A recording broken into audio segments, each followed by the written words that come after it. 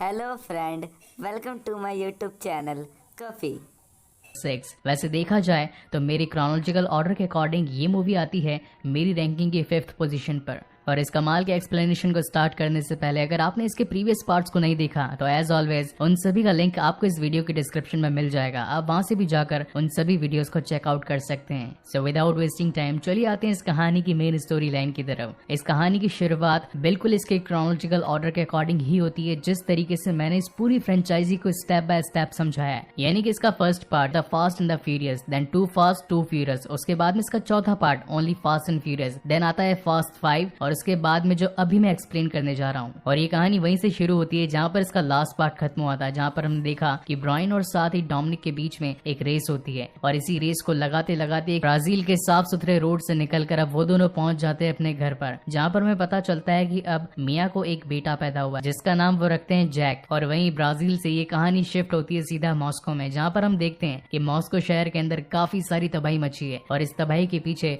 कुछ गुंडों का हाथ है। वहाँ पर मौजूद होते हैं एल हॉब्स और वहीं पर उनका साथ देने के लिए उन्हें एक नए असिस्टेंट की जरूरत थी, जिसके लिए वो एक न्यू कैंडिडेट को हायर करते हैं। उसकी फाइल पढ़कर वो काफी चौंक जाते हैं क्योंकि तेज रफ्तार कार चलाना, बंदूकों से शूटिंग करना और साथ ही हाई जंपिंग करना ये उसकी सारी खासियत थी। उसका नाम था रिले और इसी के साथ ही वो उसे अपनी टीम में शामिल कर लेते हैं। उस पूरी घटना के बाद में उन्हें एक संदिग्ध मिलता है जिससे पूछताछ करने के लिए हॉब्स वहाँ पर पहुंचता है। तो वो बताता है कि इस पूरे काम के पीछे ओवेन शॉ का हाथ है। बाहर आकर हॉब्स अब ये सारी बातें रिले को बताता है कि ओवेन शॉ नाम का एक मुजरिम है जो कि काफी शातिर और तेज चोर है और इसी के साथ अगर भेड़ियों का शिकार करना है तो शिकारी भी भेड़िए ही होने चाहिए। वहीं से सीन शिफ्ट होता है डोमिनिक की तरफ, जो कि अब एलेना के साथ में अपनी एक न्यू लाइफ स्टार्ट कर चुका था। वहीं अपने घर से बाहर जाने पर उसे मिलता है अपने सामने हॉब्स और वो उससे कहता है कि क्या तुम मुझे गिरफ्तार करने आए हो। तो हॉब्स कहता है कि मैं तुम्हें गिरफ्तार करने नहीं बल्कि तुम्हारे लिए एक काम लेकर आया हूँ। तो डोमिनिक उससे मना कर देता है। वो कहता है कि मैं तुम्हारे साथ कोई काम नहीं करना चाहता क्योंकि हर बार तुम्हारे साथ जब भी काम करता हूँ जान का जोखिम होता है। तो हॉब्स उसे कहता है कि इस बार मैं एक ऐसा काम लेकर आया हूँ कि जिसे करने के लिए तुम खुद मुझसे मिन्नतें मांगोगे। एक बार इस रिपोर्ट को पढ़ लेना, जब तक तुम पढ़ोगे मैं तुम्हारा नीचे इंतजार करूंगा। और उसके जाने के बाद में जब डोमिनिक उस फाइल को ओपन करता है तो उसमें उसे मिलती है लैटी की फोटो और जब वो उसे देखते हो तो काफी शॉक हो जाता है क्योंकि उसके माइंड में अभी तक ये था कि लैटी की डेथ हो चुकी है और उसने खुद उसका फ्यूनरल अटेंड किया था।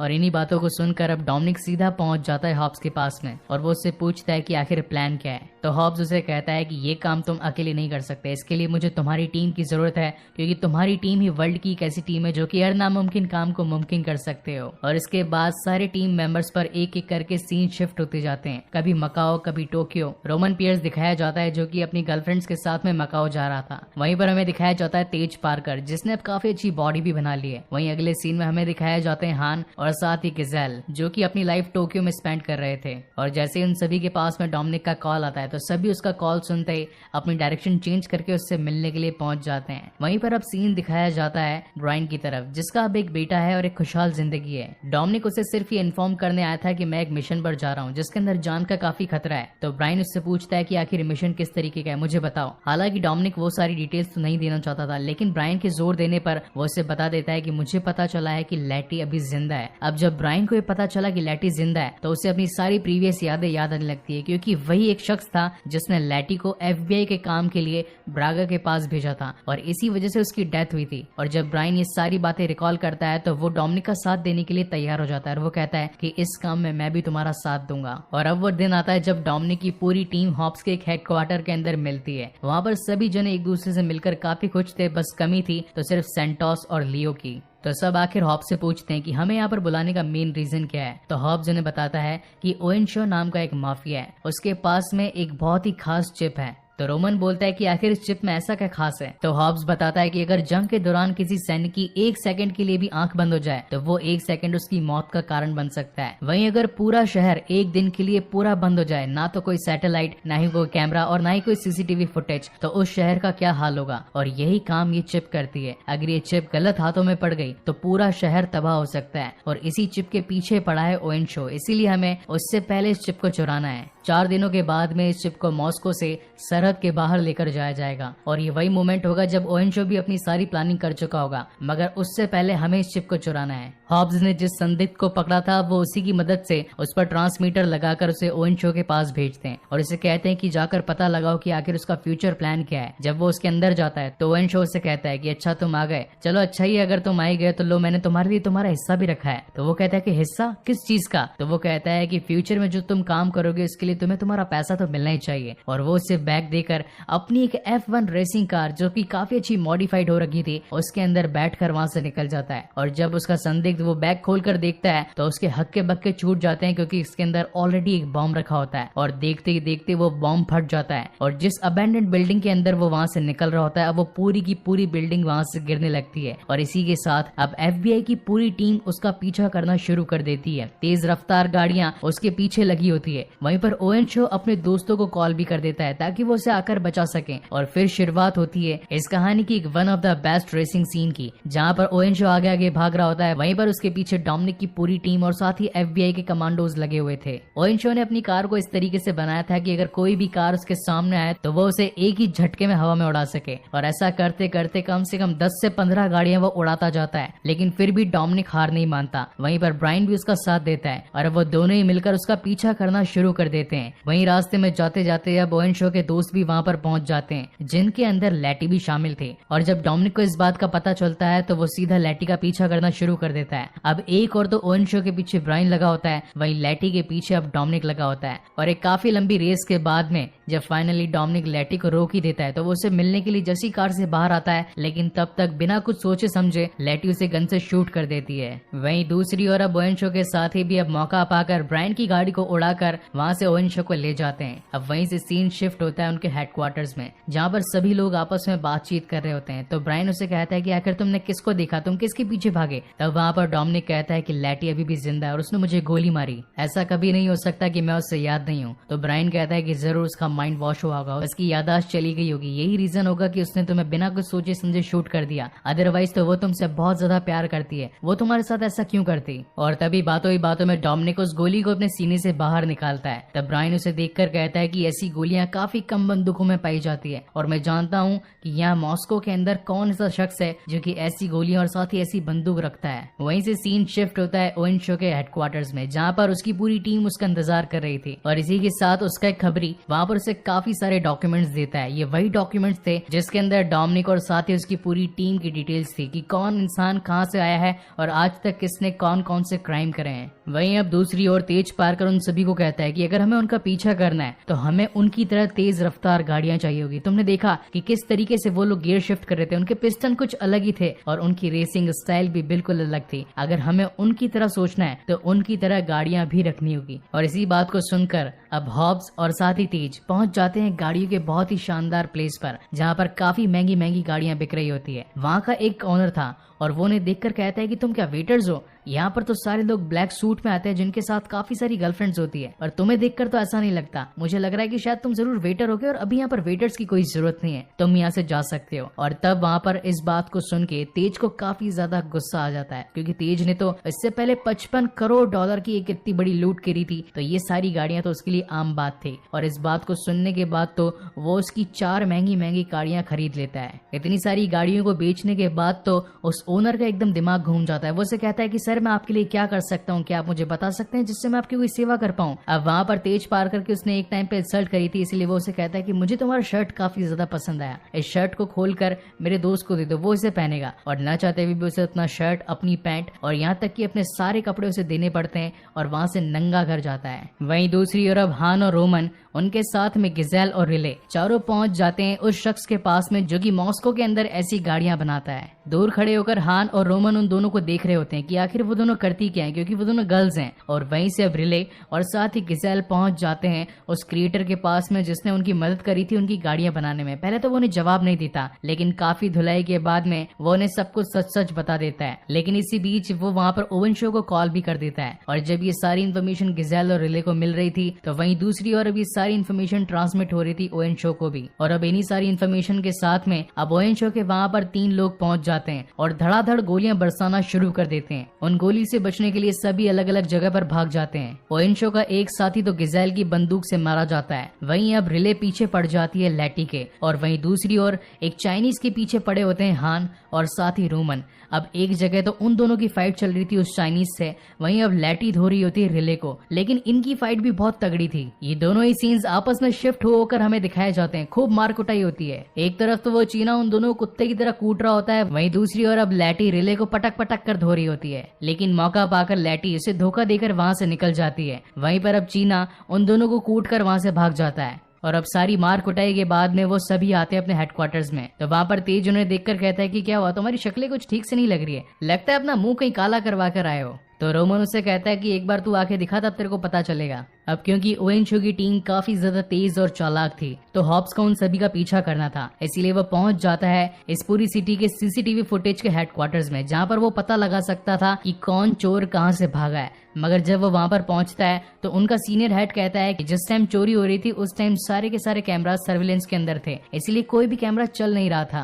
और हॉब्स को बिना कोई इन्फॉर्मेशन के वहां से निकलना पड़ता है। वहीं अब मॉस्को से सीधा ब्राइन पहुंच जाता है LAPD यानी कि लॉस एंजलिस पुलिस डिपार्टमेंट में। तब हमें पता चलता है कि थोड़े टाइम पहले गिजेल ने जिस इंसान को मारा था उसके मरने से पहले उसे एक नाम सुनाई दिया था, वो था ब्रागा। और ब्रागा तो अभी लॉस एंजलिस के पुलिस डिपार्टमेंट में कैद था, इसीलिए उससे इन्फॉर्मेशन निकालने के लिए ब्रायन खुद जाता है LAPD और अपने आप को कैदी बनाकर जेल के अंदर कैद करवा लेता है। वहीं रात को उसके जेल में उससे मिलने के लिए ब्रागा आता है, तो वो उससे कहता है कि तुमने FBI को छोड़कर चोरों की जिंदगी कब से स्टार्ट कर दी, मुझे बता देते तो कम से कम मैं ही तुम्हें अपनी टीम में ज्वाइन करवा लेता। तो ब्रायन कहता है कि मैं जानता हूँ कि तू सिर्फ एक कुत्ता है, तेरे ऊपर तेरा बॉस भी है, उसका नाम है ओएनशो, और मुझे उसी के बारे में सारी इन्फॉर्मेशन चाहिए। और वहीं पर उनके बीच में मार कुटाई होना स्टार्ट हो जाती है। तब ब्रागा उसे एक बात कहता है कि मेरी बात सुन ब्रायन, जब भी ओएनशो चाहेगा वो सिर्फ तभी उससे मिल पाएगा, अदरवाइज कितने भी हाथ पैर मार ले तो उसका पीछा कभी नहीं कर सकता। वहीं दूसरी ओर अब रात को डोमिनिक उस मॉस्को शहर की एक शानदार रेसिंग बैटल में पहुंचता है। एंड एज ऑलवेज हर बार फास्ट एंड फ्यूरियस की सीरीज में लड़कियां, रेस, दारू, पार्टी और साथ ही तेज रफ्तार गाड़ियां तो दिखाई जाती है। और इन्हीं सभी के साथ में अब डॉम वहां पर पहुंचकर लैटी का इंतजार कर रहा होता है, क्योंकि वो जानता था कि लैटी को रेसिंग का काफी ज्यादा शौक है। और इंतजार करते करते उसकी घड़ी आ जाती है जब लैटी भी वहां पर पहुंच जाती है और अब उन दोनों के बीच के अंदर बातचीत होती है। तो लैटी उसे कहती है कि मैं जानती हूँ तुम कौन हो, मगर मेरी यादें अभी तक ताजा नहीं है, तुम पुलिस वालों के साथ हो, तुम मेरे पीछे क्या कर रहे हो। तो डोमिनिक उससे कहता है कि एक टाइम था जब तुम कभी मेरी टीम में हुआ करती थी, मगर कोई बात नहीं, इस बार ये रेस की बारी, तो देखते हैं हम दोनों में से कौन जीतता है। और इसी के साथ ही हम दोनों के बीच के अंदर एक शानदार रेसिंग स्टार्ट हो जाती है। मॉस्को की तंग गलियों से निकलकर दोनों हाईवे पर गदर मचा रहे होते हैं और दोनों ही एक दूसरे को हराने की पूरी कोशिश करते हैं। वहीं पर अब लैटी और साथ ही डोमिनिक की गाड़ियों में नॉस लगे होते हैं, यानी कि नाइट्रिक ऑक्साइड सिस्टम, और उसका यूज करते ही दोनों की गाड़ियां तो मानो जैसे हवा से बातें कर रही हो। मगर हम तो जानते हैं कि डॉम तो डॉम है और उसे रेसिंग का काफी ज्यादा शौक है। वो रेस के लिए जीता था और रेस के लिए ही मरता है, और अपनी फुल स्पीड के साथ में आखिरकार वो इस रेस को जीत ही जाता है, क्योंकि उन दोनों के बीच में बाजी लगी थी कि हारने वाला इंसान जीतने वाले को अपनी गाड़ी दे देगा। लेकिन रेस खत्म हो जाने के बाद में अब लैटी उसे कहती है कि साइड में आओ, मुझे तुमसे बात करनी है। और इसी के बाद में दोनों एक शांत प्लेस पर जाकर अपनी गाड़ियां पार्क करते हैं। तब वहां पर लैटी उससे कहती है कि आखिर तुम मुझे कब से जानते हो। तो वो उससे कहता है कि जब तुम 15 साल की थी तब मैंने तुम्हें देखा था, एक पागल इंसान तेज गाड़ी चलाता हुआ तुमसे टकरा गया और तुम उसे बचने के लिए कूदी थी, तभी तुम्हारे हाथ पर ही निशान लगा। तो लैटी पूछती है कि आखिर वो पागल इंसान कौन था। तो डोमिनिक कहता है कि वो और कोई शख्स नहीं बल्कि मैं खुद था। और उसके बाद में वो 2-3 चोटें उसकी और दिखाता है और साथ ही उसके पास्ट की बातें उसे याद कराता है। इन बातों को सुनकर लैटी कहती है कि तुम शायद ही ये बातें सच कह रहे हो, मगर मुझे ये बातें कुछ याद नहीं आ रही है, क्योंकि जिस लड़की की तुम तलाश कर रहे हो शायद वो मैं नहीं हूँ। मैं अपनी यादाश्त पूरी तरह खो चुकी हूँ। मगर फिर भी डोमिनिक उससे ज्यादा फोर्स नहीं करता और उसके गले में जो अपना एक लॉकेट था वो उसे वापस दे देता है और साथ ही ये बोल देता है कि ये हमेशा से तुम्हारा था और तुम्हारा रहेगा। इस बात को सुनने के बाद में अब लैटी उसका लॉकेट लेकर वहाँ से निकल जाती है, मगर तभी उसके जाने के बाद वहाँ पर पहुंच जाता है ओएनशो और उससे कहता है कि लैटी कैसी लगती है तुम्हें, एक टाइम था जब तो तुम आपस में प्यार करते थे, आशिक थे, लेकिन अब क्या हो गया। उसका पूरी तरीके से माइंड वॉश हो गया और तभी वहाँ पर वो एक फ्लैशबैक स्टोरी स्टोरी बताता है। वो उससे कहता है कि जब लैटी ने ये डिसाइड किया कि वो FBI की अंडरकवर एजेंट बनकर ब्रागा को पकड़वा देगी, लेकिन तभी ब्रागा को पता चल गया था कि वो एक पुलिस वाली है और तभी उसने फीनिक्स को उसे मारने के लिए भेजा। लेकिन जब फीनिक्स उसे मारने के लिए गया तो उसने वहां पर एक गलती कर दी। उसने उसके सर पर गोली नहीं चलाई बल्कि उसकी गाड़ी के पेट्रोल पंप पर गोली चला दी, जिससे कि वहां पर एक बहुत ही बड़ा ब्लास्ट हुआ और उस ब्लास्ट के चलते लैटी मरी तो नहीं बल्कि वहां से नीचे गिर गई। और अगले दिन वो मुझे मिल गई। मैंने उसे हॉस्पिटलाइज्ड किया और तब मुझे पता चला कि वो अपनी सारी यादें खो चुकी है, बिल्कुल एक कोरे कागज की तरह। और ऐसा कोरा कागज कौन नहीं पाना चाहेगा। तो डोमिनिक उससे कहता है कि उससे दूर रहना वरना मैं तुम्हारी जान ले लूंगा। और तभी ओवेन शो कहता है कि मेरे भाई ने मुझे कहा था कि जब भी कोई मौका मिले तो उस मौके को छोड़ना नहीं चाहिए। और तभी डोमिनिक के सीने पर एक रेड कलर का डॉट दिखाया जाता है। इसका मतलब ये था कि कोई डोमिनिक पर नजर रखा हुआ था कि अगर डोमिनिक ने कुछ गड़बड़ करी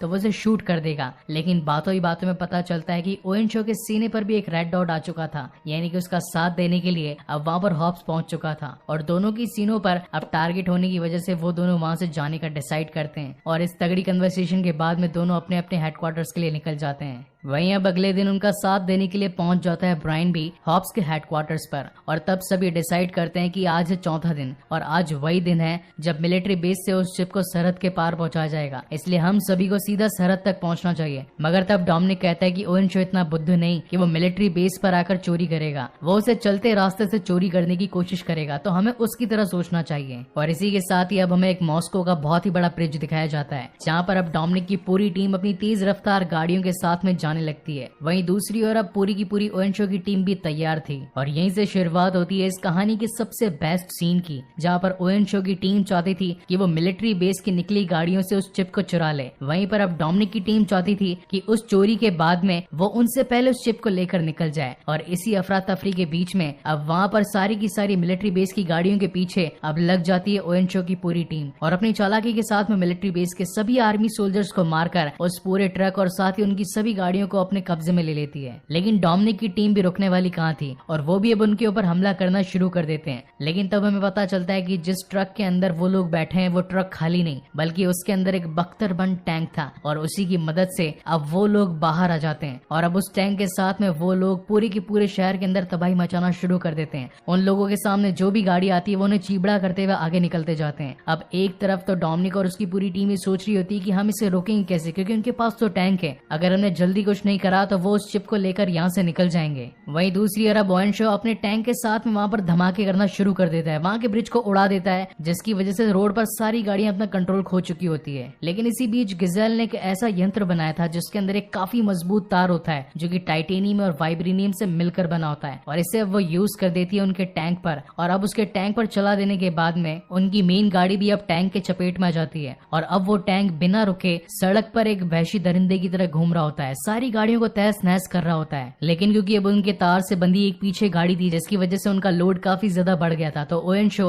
वहाँ पर लैटी को कहता है कि टैंक से बाहर निकलो और वो तार काट दो क्योंकि हमारा वजन बढ़ गया है। लैटी टैंक से बाहर निकलती है और उस रस्सी को काटने की कोशिश करती है, मगर तभी वहाँ पर ओवेन शो एक बहुत ही गंदी चाल चलता है। वो ये नहीं चाहता था कि डोमिनिक को उसका प्यार मिले। अब वो ब्रिज के अंदर उस गाड़ी को पटक देता है जिससे कि उनका तार बंधा हुआ था और इसी वजह से अब लैटी भी गिरने लगती है। लेकिन तभी उसे बचाने के लिए वहाँ पर पहुंच जाता है डोमिनिक और एक बड़ी सी जंप के बाद में लैटी को वहाँ से निकाल कर बचा ही लेता है। और इसी के साथ ही अब ओवेन शो पूरी तरीके से पुलिस की कस्टडी के अंदर होता है और सारे मिलिट्री बेस वाले बस उसे जेल में डालने वाले होते हैं। मगर तभी वहाँ पर ओवेन शो कहता है कि तुम्हारे लिए एक कॉल है डोमिनिक। और जब डोमिनिक उस कॉल को उठाता है तो उसे पता चलता है कि अलीना और साथ ही मिया पर अब ओवेन शो के लोगों ने हमला कर दिया है और अगर हमने इसे यहाँ से नहीं छोड़ा तो वो लोग उन दोनों को जान से मार देंगे। और अब नहीं चाहते हुए भी डोमिनिक और उसकी पूरी टीम को ओवेन शो को रिलीज कर देने के ऑर्डर्स देने पड़ते हैं और इन ऑर्डर्स को देने के बाद में सारा मिलिट्री बेस अब ओवेन शो को छोड़ देता है और वहीं से शो उस चिप को लेकर भागने लगता है एक प्लेन के अंदर। लेकिन तभी वहाँ पर तेज पार्कर का तेज दिमाग चलता है और वो सारे के सारे नेटवर्क्स की तारे काट देता है जिसकी वजह से कोई भी कहीं पर कॉल ना कर पाए। एक तरफ तो शो अपने लोगों को कॉल कर कहता है कि मिया और अलीना को जान से मार दो, लेकिन अब क्योंकि नेटवर्क की सारी तारी कट चुकी थी तो उनका नेटवर्क बिल्कुल डाउन हो जाता है। और तब बारी आती है डोमिनिक और उनकी पूरी टीम की और अब वो उसका पीछा करना शुरू कर देते हैं क्योंकि उनका मेन काम था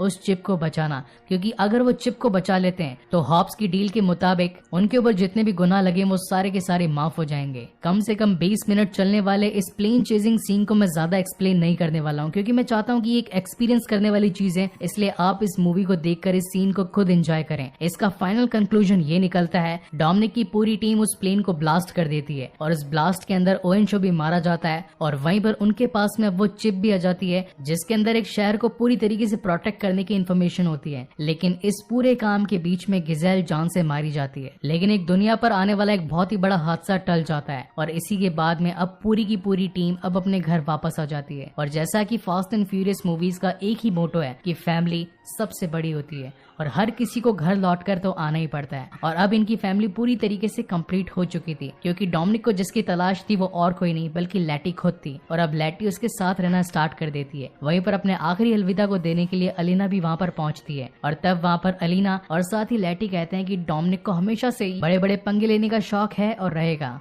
वहीं पर अब हॉब्स भी पहुंच जाता है और वो कहता है कि सरकार ने तुम्हारे इस्तीफे की मंजूरी कर दी है, यानी कि अब तुम लोगों के सर पर जितने भी गुनाह थे वो सारे के सारे माफ कर दिए गए हैं। और इसी के साथ एक हैप्पी एंडिंग होती है और ये मूवी यहीं पर खत्म होती है। वहीं पर इस मूवी के पोस्ट क्रेडिट सीन में हमें दिखाया जाता है कि ओवेन शो, जो कि अब प्लेन हादसे के अंदर काफी ज्यादा जख्मी था, उसका एक बड़ा भाई भी है जिसका नाम है डेकर्ड शो और वो सीधा जाकर टोक्यो में हान को जान से मार देता है। और एक तगड़े सस्पेंस के साथ में ये मूवी यहीं पर खत्म होती है। सो गाइज, आपको ये वीडियो कैसा लगा प्लीज मुझे लाइक और कमेंट करके जरूर बताइए।